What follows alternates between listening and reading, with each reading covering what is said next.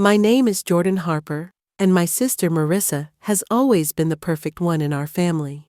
At 8:14 in the morning, my phone vibrated on the kitchen counter. My mom's text was brief, clear, and absolute.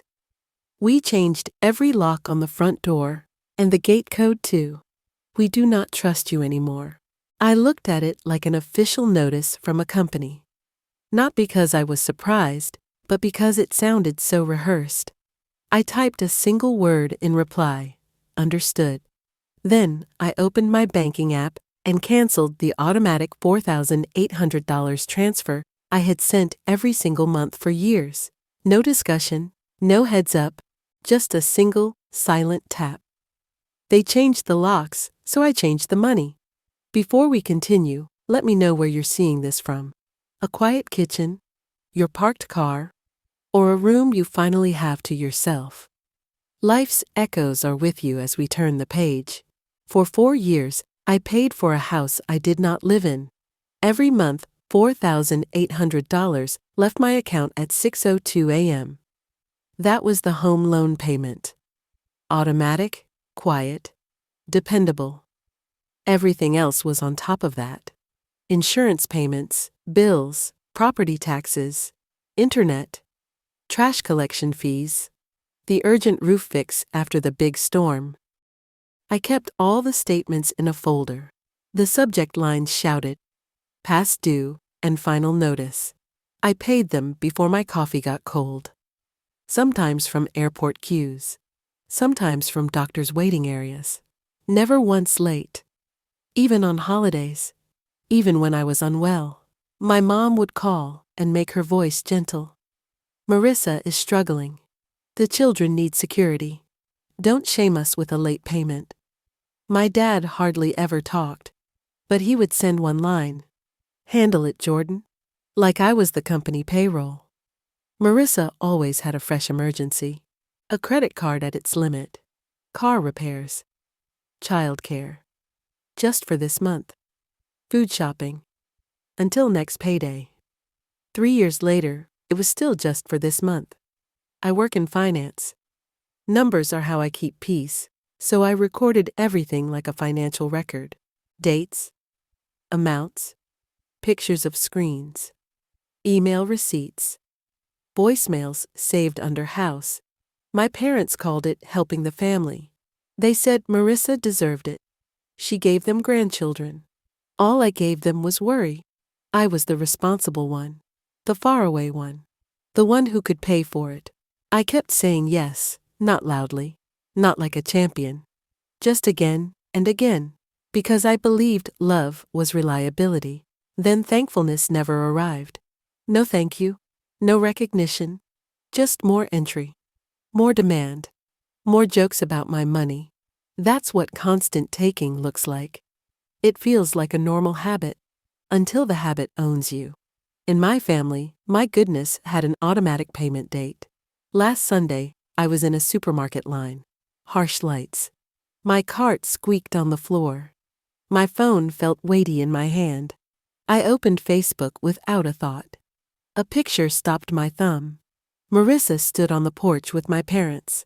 The porch I was paying for. The kids held a sign. Home sweet home. My mom's description said, right hands. No mention of me. No tag. No thanks for the home loan. Just hearts and clapping in the comments. I took a picture of the screen in the parking lot. Hands on the steering wheel. Breathing slowly. Then I called the bank from my car. I asked one thing, who is the main person on that loan? The woman hesitated. There's a request being processed, she said, to switch the main person to Marissa Harper. No alert was sent, she added. My stomach dropped. I went home and opened my records. Another item shone like an alert. $2,400 moved to a card I did not approve. Marissa's emergency visa. The one I paid off long ago. I texted her. Did you use my card again? She replied quickly. Don't turn this into a big deal. We needed food and shoes. My mom followed. She's under pressure. She'll pay you back. Don't start a fight over a little money. My dad said nothing. Quiet was his way of talking. My mother understood it as agreement. That night, the family group chat changed its name. Family Circle. A funny image appeared. A man handing over a wallet. Caption: Big Brother Energy. My cousin typed. Tag Jordan. Another asked about college loans. Then my dad wrote, only if you name the baby after him. Gotta keep the giver happy. I waited for someone to end it. No one did. So I left the chat. They added me back. I left again. Then I blocked them all. Friday, I was cutting the backyard grass. The mower coughed. I took a water break by the kitchen window. Their voices came through the screen. Marissa laughed. He didn't even flinch. Like a puppy at the plate, my mother giggled. It's almost finished. Once the documents go through, he can't stop it. Then Marissa said it, easy and cheerful. He's not family anymore. He's just a backer. And I understood they loved my payments. Not my company. Before we go on, tell me this.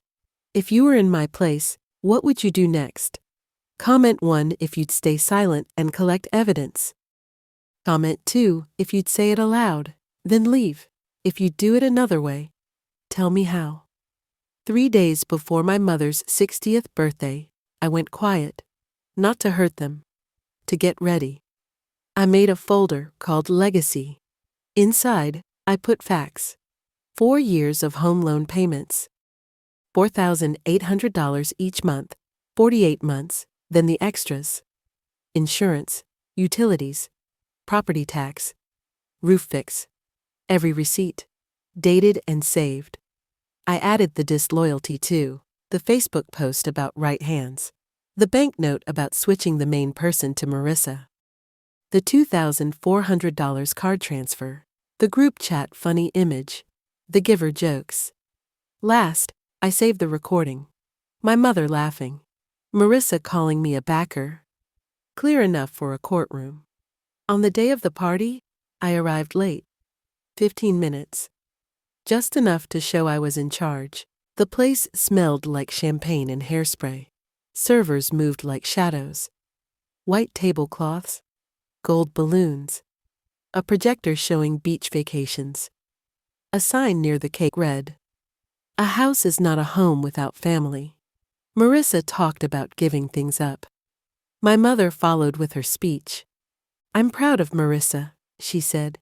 "This home will stay in the right hands." Clapping rose. Then I stood up. "I wasn't going to talk," I said softly. "But since we're honoring what's left behind, let's do the math." I handed the USB to the DJ. His hands trembled. The DJ avoided looking at me. The speakers popped. Then my mother's laugh filled the space. Marissa's voice came next. "He's not family anymore. He's just a backer." The room went silent. A woman dropped her wine glass. It broke on the floor. Someone whispered, "Oh my God." Phones lifted like a reaction. A cousin began recording.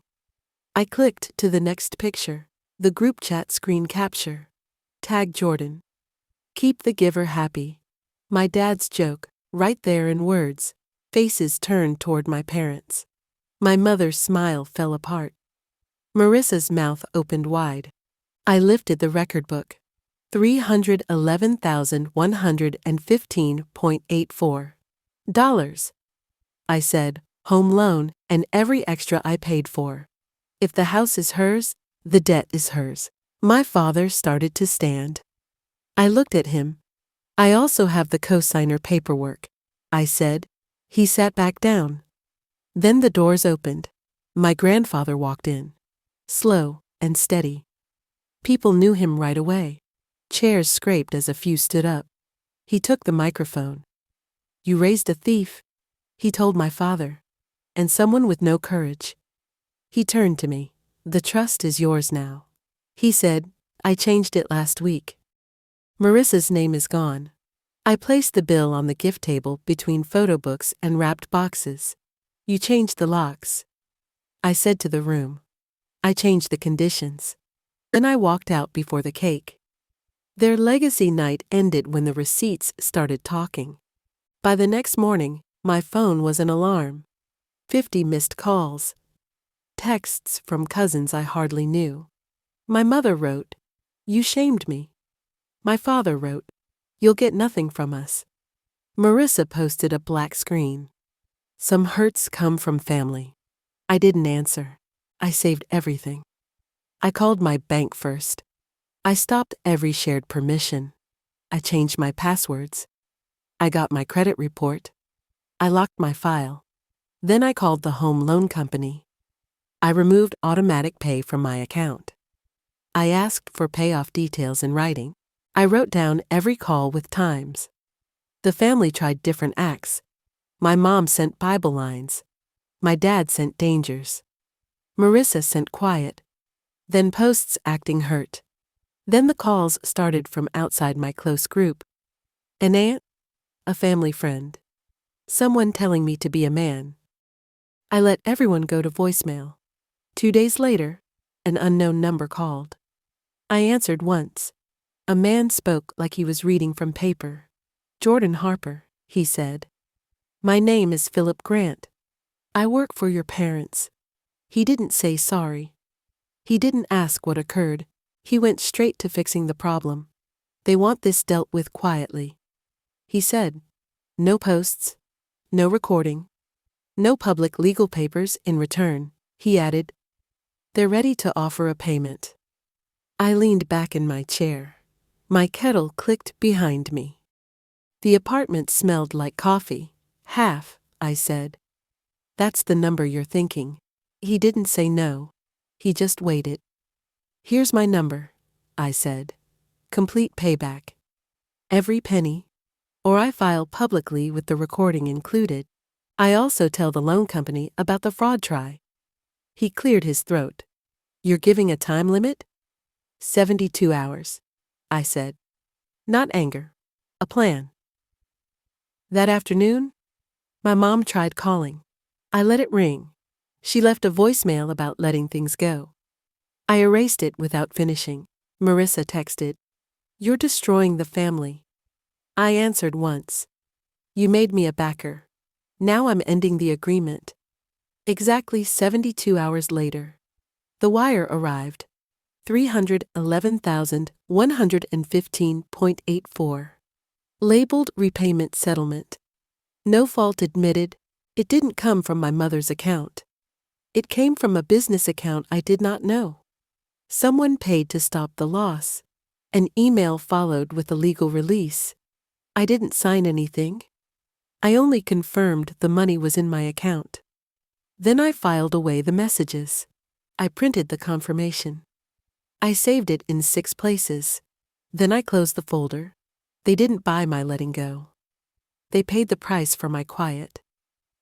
After the wire transfer, the noise stopped. No group chat. No urgent requests. No late-night calls pretending to be worry. I moved into a small modern apartment. Big windows. Clean counters. A door that only my key can open. In the mornings, the fridge hums quietly. Coffee pours without my phone vibrating. My schedule is mine again. My money stays where I place it. I sleep all through the night now. I read books again. I cook without hurrying. No rush. I stopped jumping at alerts. I stopped checking my balance like a pulse. I stopped practicing fights in my head. Therapy didn't make me kind. It made me correct. It taught me one rule: respect is not a question. People still say, "But they're your family." I nod, because they are. And I learned the difference. Access is not love. A shared last name is not a deal. And keeping the peace is not a good thing when peace means giving up. Do I feel less heavy? No. I feel more certain. Calm has weight. It keeps you steady when regret tries to pull you back. Some nights I remember that text. "We changed the locks. We no longer trust you." They meant it as a push away. It became my marker in time. The moment I picked myself.